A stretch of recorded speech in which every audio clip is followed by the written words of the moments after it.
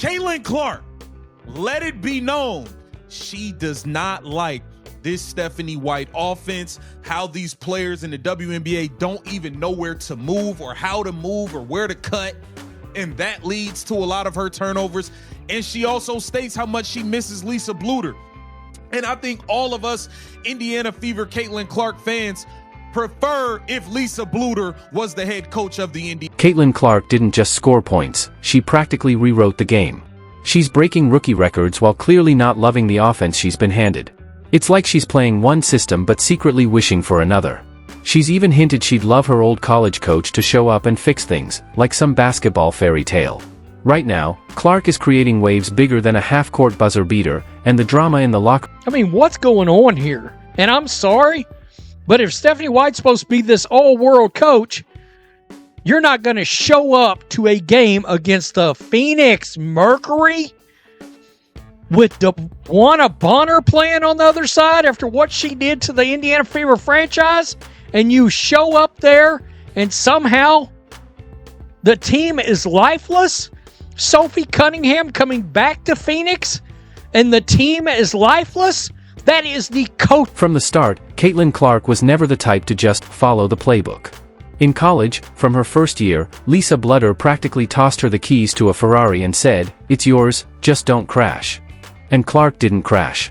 She pushed the limits, took risks, went full speed when others slowed down, and still turned it into highlight reels. She thrived on freedom and sums up why I can't stand Stephanie White as a basketball coach for Caitlin Clark. I don't think that Stephanie White is a bad coach. Don't get it twisted. She's not a bad coach at all. I just don't think she's the right coach for Caitlin Clark. So let's take a listen to this right here. This was on the podcast with Super 8.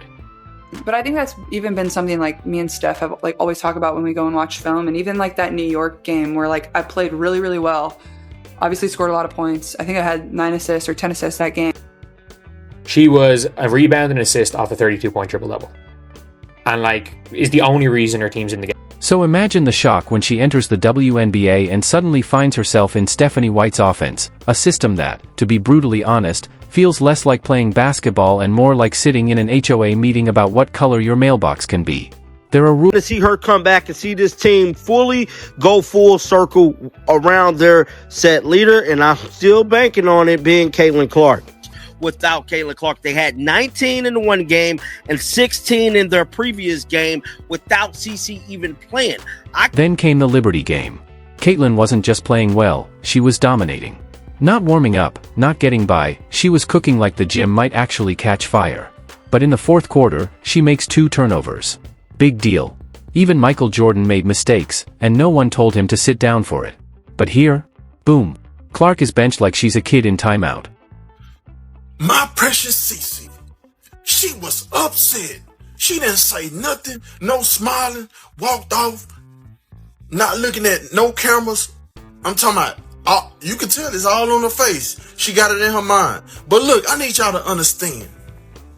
That was so embarrassing and pathetic, and the teamwork was not there.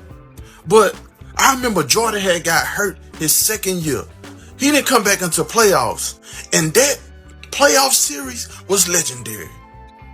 He scored 63 points in one game, but he still lost though. Meanwhile, other players are still on the court turning the ball over repeatedly, and no one pulls them. The only ones besides Clark who seem to get a little freedom are Tash and Mitchell. Everyone else is stuck running plays like they're at basketball.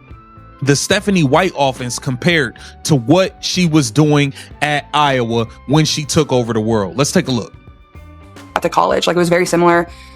All out attack, we're known to have 5 shooters on the floor at all time. We played with really good floor spacing, and at Iowa it was the same way. 4 people were on the floor that could shoot at the same time. Then obviously we usually played with a true post, but they rarely missed too. Mon never missed. Hannah Stolke was tremendous when I was there too, and even our backup post players. I always think about how Coach Bluder ran practices and things, and I'm very fortunate looking back and now going to watch other colleges' practices and things like that. She really was so intentional about making sure everyone was on the same. This is where the real problem shows up. Coaches like Stephanie White seem more focused on don't mess up basketball than let's win and entertain basketball. You can't win games or grow the league if your main strategy is don't embarrass yourself. Lisa Bluder never coached like that. She didn't panic if Caitlin threw a risky pass or shot from way beyond the arc. She knew that high-risk plays often lead to the best rewards. But in White's system, Clark's vision is trapped. She can see plays developing seconds before anyone else, but instead of letting her use in over 10 years, and Caitlin Clark has something to do with that, man. They was 8-5 with Caitlin. At the end of the day, no matter how many games they win, they lost more games without Caitlin Clark playing. Like, so everybody argument that Caitlin Clark is the Achilles heel, Caitlin Clark is this and that, your argument is obsolete, bro. They will forever have that notion on there, that blemish on there. Now, if they would have won more games, lost less, then you might have had some. What's missing in the WNBA right now is real basketball IQ leading the game, not following it. Some college coaches have it in spades. Drop Lisa Bluder into the league tomorrow and she'd have a team scoring 110 points a night without breaking a sweat. Instead, the current system kills creativity for the sake of safe basketball. Players get scared to take risks because they know one mistake equals time on the bench. For Clark, that means her creativity gets shut down and her confidence chipped away. We need the freedom of college-style play back in the WNBA.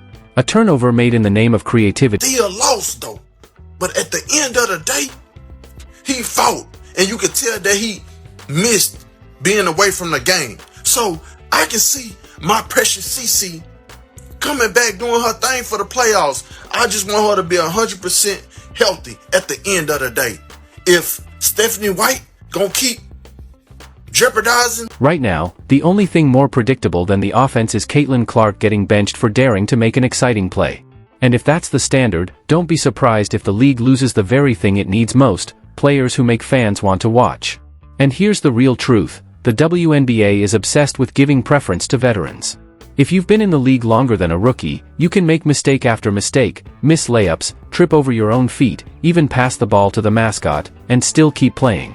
But if you're a rookie like Clark, one flashy turnover can get you pulled. From day one, Lisa Bluder gave Clark the offense and told her to make it shine.